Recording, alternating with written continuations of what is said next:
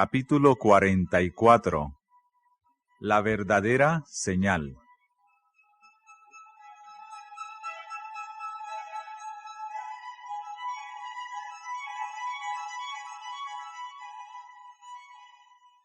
Y volviendo a salir de los términos de Tiro, vino por Sidón, a la mar de Galilea, por mitad de los términos de Decápolis.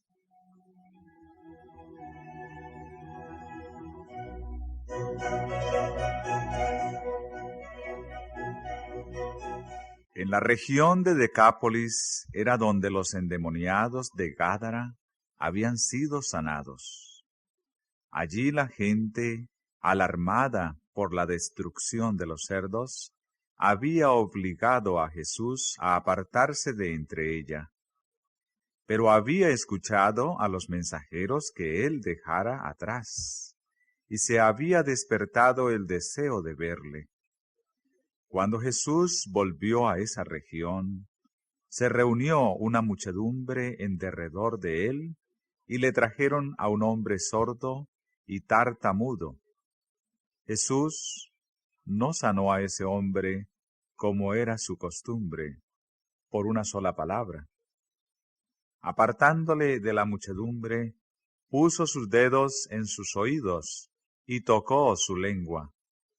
Mirando al cielo, suspiró al pensar en los oídos que no querían abrirse a la verdad, en las lenguas que se negaban a reconocer al Redentor.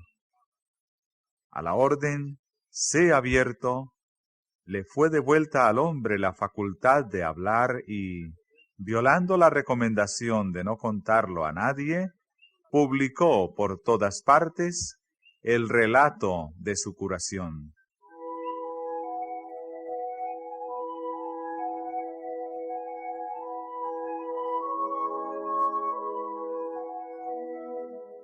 Jesús subió a una montaña, y allí la muchedumbre acudió a él, trayendo a sus enfermos y cojos, y poniéndolos a sus pies. Él los sanaba a todos, y la gente, pagana como era, glorificaba al Dios de Israel. Durante 3 días, este gentío continuó rodeando al Salvador, durmiendo de noche al aire libre, y de día agolpándose ávidamente para oír las palabras de Cristo y ver sus obras.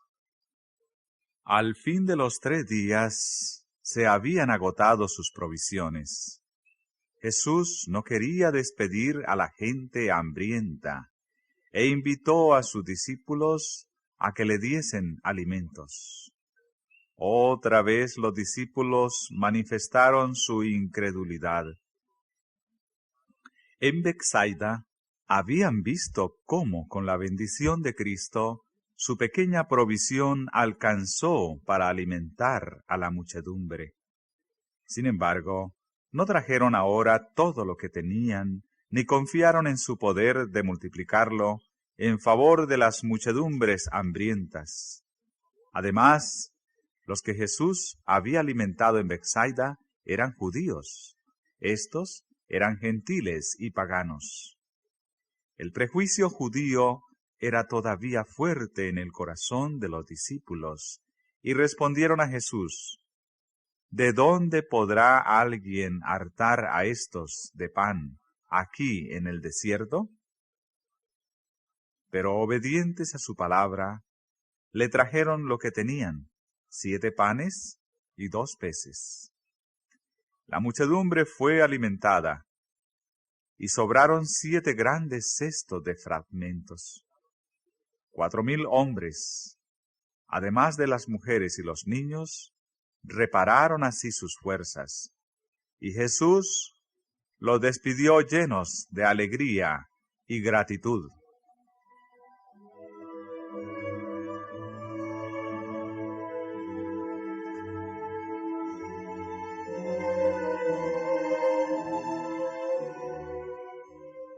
Luego, tomando un bote con sus discípulos, cruzó el lago hasta Magdala, en el extremo sur de la llanura de Genesaret. En la región de Tiro y Sidón, su ánimo había quedado confortado por la implícita confianza de la mujer sirofenisa. Los paganos de Decápolis le habían recibido con alegría. Ahora, al desembarcar otra vez en Galilea, donde su poder se había manifestado de la manera más sorprendente, donde había efectuado la mayor parte de sus obras de misericordia y había difundido su enseñanza, fue recibido con incredulidad despectiva.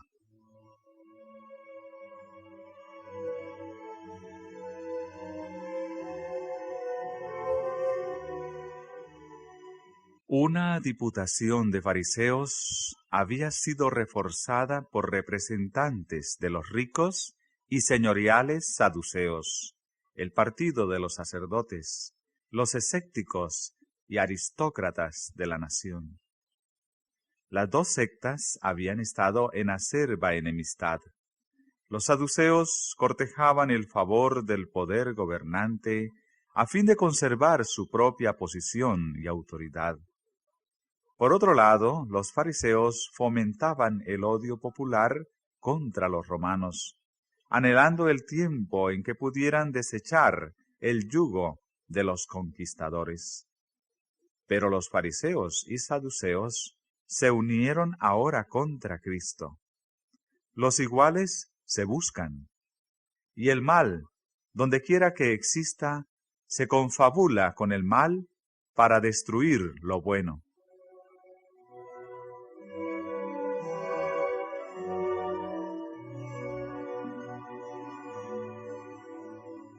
Ahora, los fariseos y saduceos vinieron a Cristo, pidiendo una señal del cielo.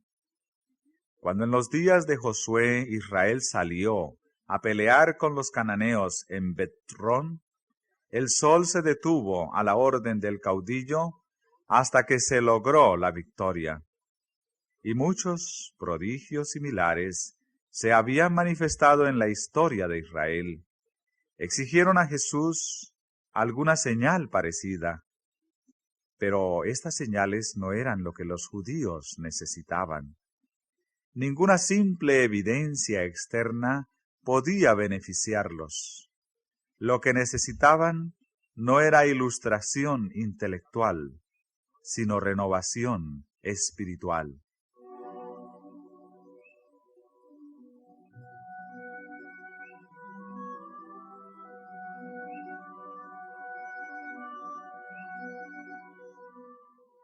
Hipócritas, dijo Jesús, que sabéis hacer diferencia en la faz del cielo, pues estudiando el cielo podían predecir el tiempo, y en las señales de los tiempos no podéis. Las palabras que Cristo pronunciaba con el poder del Espíritu Santo, que los convencía de pecado, eran la señal que Dios había dado para su salvación. Y habían sido dadas señales directas del cielo para atestiguar la misión de Cristo. El canto de los ángeles a los pastores, la estrella que guió a los magos, la paloma y la voz del cielo en ocasión de su bautismo, eran testimonios en su favor.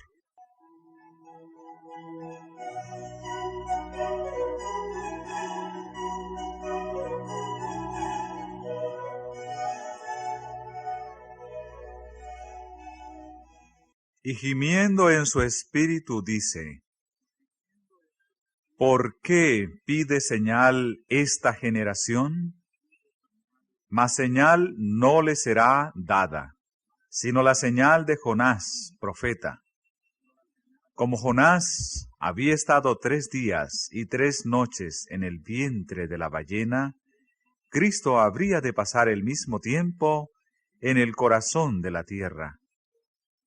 Y como la predicación de Jonás era una señal para los habitantes de Nínive, la predicación de Cristo era una señal para su generación. Pero qué contraste en la manera de recibir la palabra. Los habitantes de la gran ciudad pagana temblaron al oír la amonestación de Dios. Reyes y nobles se humillaron. Encumbrados y humildes juntos clamaron al Dios del cielo, y su misericordia les fue concedida. Los hombres de Nínive se levantarán en el juicio con esta generación, había dicho Cristo, y la condenarán, porque ellos se arrepintieron a la predicación de Jonás. Y he aquí más que Jonás en este lugar.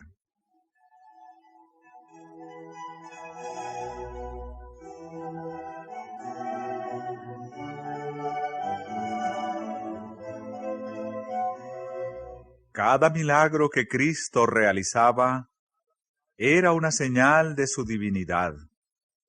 Él estaba haciendo la obra que había sido predicha acerca del Mesías. Pero para los fariseos, estas obras de misericordia eran una ofensa positiva. Los dirigentes judíos miraban con despiadada indiferencia el sufrimiento humano. En muchos casos, su egoísmo y opresión habían causado la aflicción que Cristo aliviaba. Así que sus milagros les eran un reproche.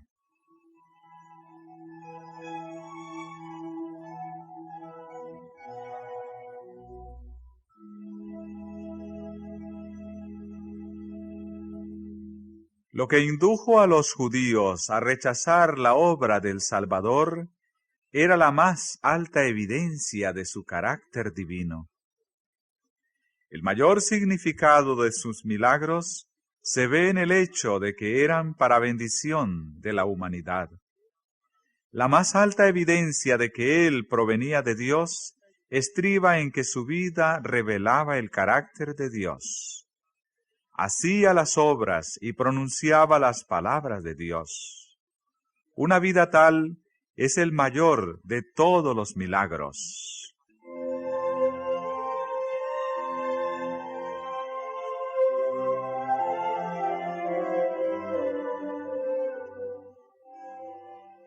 Cuando se presenta el mensaje de verdad en nuestra época, son muchos los que, como los judíos, claman: muéstrenos una señal, realice un milagro.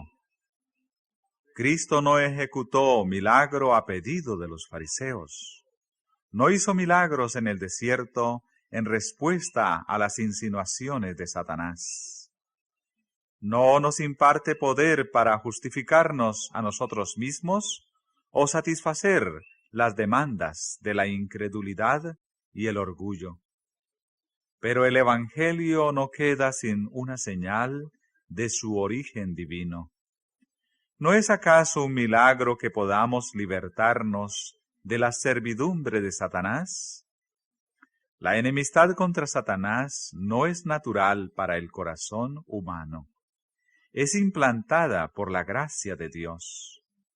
Cuando el que ha estado dominado por una voluntad terca y extraviada queda libertado y se entrega de todo corazón a la atracción de los agentes celestiales de Dios, se ha realizado un milagro. Así también ocurre cuando un hombre que ha estado bajo un engaño poderoso llega a comprender la verdad moral. Cada vez que un alma se convierte y aprende a amar a Dios y a guardar sus mandamientos, se cumple la promesa de Dios. Y os daré corazón nuevo, y pondré espíritu nuevo dentro de vosotros. El cambio verificado en los corazones humanos, la transformación del carácter humano, es un milagro que revela a un Salvador que vive eternamente y obra para rescatar a las almas. Una vida consecuente en Cristo es un gran milagro. en la predicación de la palabra de Dios. La señal que debe manifestarse ahora y siempre es la presencia del Espíritu Santo para hacer de la palabra un poder regenerador para quienes la oyen. Tal es el testimonio que de la divina misión de su Hijo Dios da ante el mundo.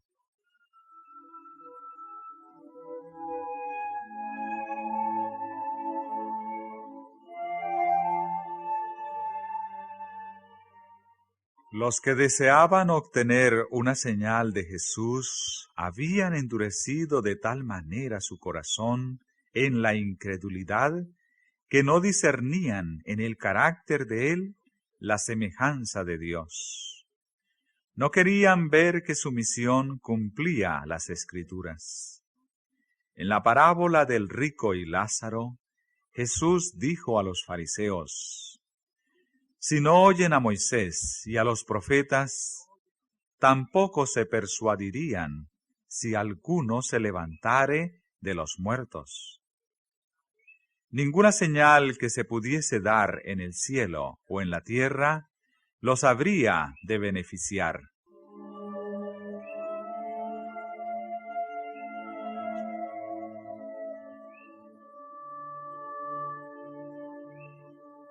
Jesús, gimiendo en su espíritu y apartándose del grupo de caviladores, volvió al barco con sus discípulos. En silencio pesaroso, cruzaron de nuevo el lago. No regresaron, sin embargo, al lugar que habían dejado, sino que se dirigieron hacia Betsaida, cerca de donde habían sido alimentados los 5,000. Al llegar a la orilla más alejada, Jesús dijo: mirad y guardaos de la levadura de los fariseos y de los saduceos. Desde los tiempos de Moisés, los judíos habían tenido por costumbre apartar de sus casas toda levadura en ocasión de la Pascua, y así se les había enseñado a considerarla como una figura del pecado. Sin embargo, los discípulos no comprendieron a Jesús. En su repentina partida de Magdala, se habían olvidado de llevar pan, y tenían solo un pan consigo. Creyeron que Cristo se refería a esta circunstancia y les recomendaba no comprar pan a un fariseo o a un saduceo. Con frecuencia, su falta de fe y de percepción espiritual les había hecho comprender así erróneamente su palabra. En esa ocasión, Jesús los reprendió por pensar que el que había alimentado a miles de personas con algunos peces y panes de cebada pudiese referirse en esta solemne amonestación simplemente al alimento temporal. Había peligro de que el astuto raciocinio de los fariseos y saduceos sumiese a sus discípulos en la incredulidad y les hiciese considerar livianamente las obras de Cristo.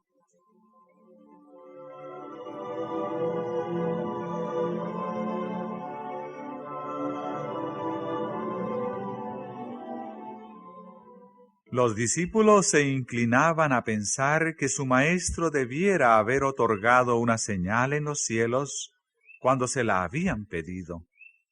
Creían que él era perfectamente capaz de realizarla y que una señal tal habría acallado a sus enemigos. No discernían la hipocresía de esos caviladores.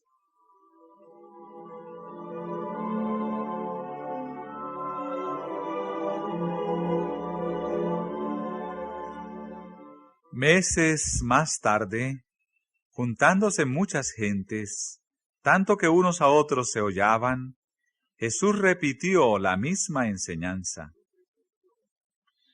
Comenzó a decir a sus discípulos: primeramente, guardaos de la levadura de los fariseos, que es hipocresía.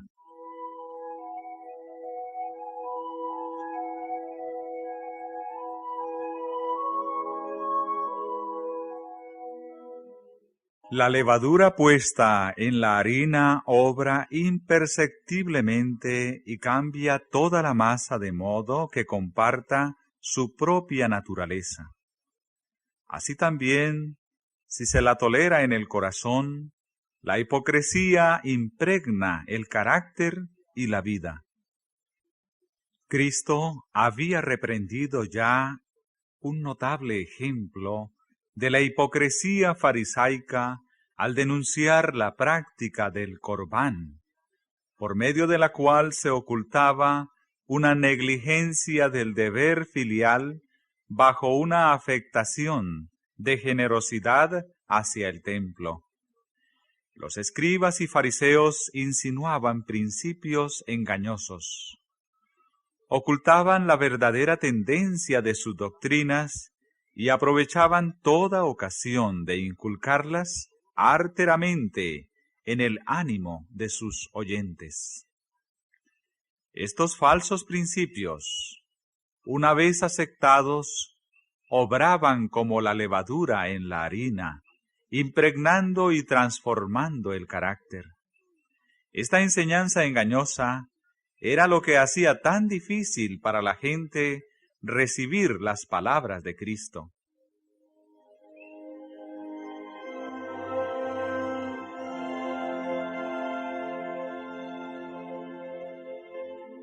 Las mismas influencias obran hoy por medio de aquellos que tratan de explicar la ley de Dios, de modo que la hagan conformar con sus prácticas. Esta clase no ataca abiertamente la ley, sino que presenta teorías especulativas que minan sus principios. La explican en forma que destruye su fuerza.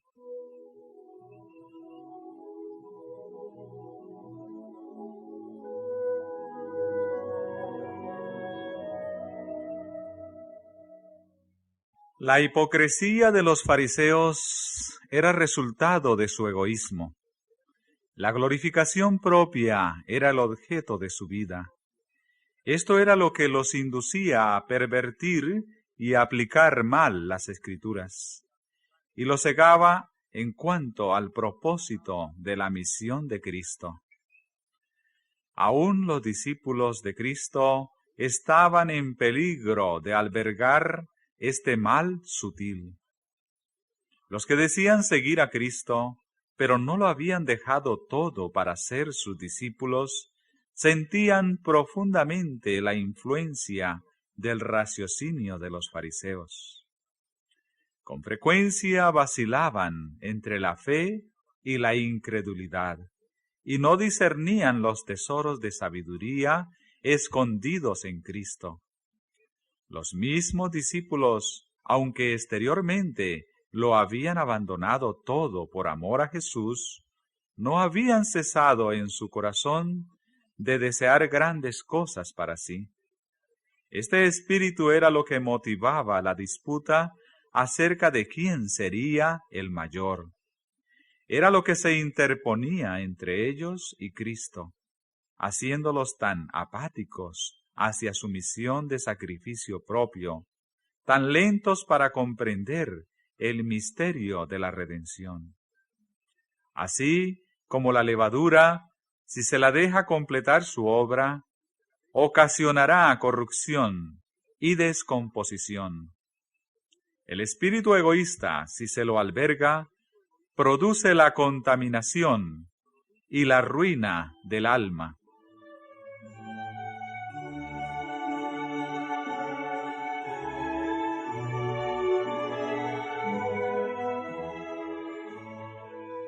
Cuán difundido está hoy como antaño este pecado sutil y engañoso entre los seguidores de nuestro Señor.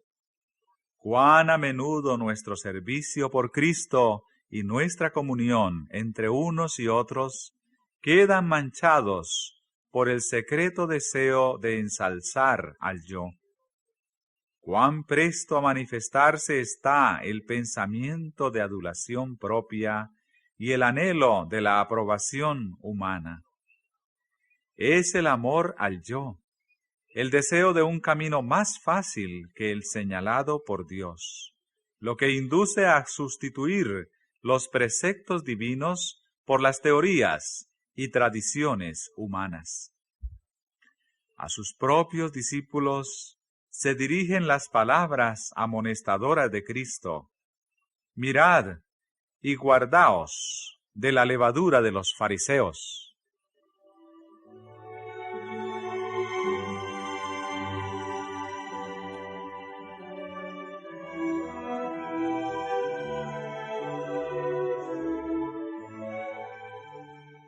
La religión de Cristo es la sinceridad misma. El celo por la gloria de Dios es el motivo implantado por el Espíritu Santo.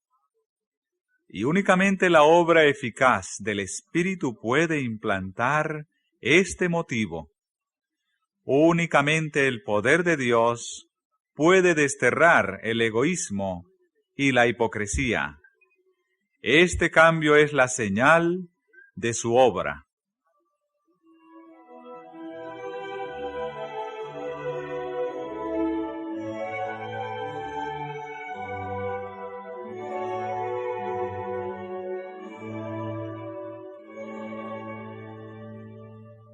Cuando la fe que aceptamos destruye el egoísmo y la simulación, cuando nos induce a buscar la gloria de Dios y no la nuestra, podemos saber que es el del debido carácter.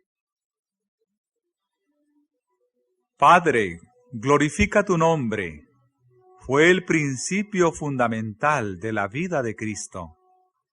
Y si le seguimos, será el principio fundamental de nuestra vida. Nos ordena andar como Él anduvo. Y en esto sabemos que nosotros le hemos conocido, si guardamos sus mandamientos.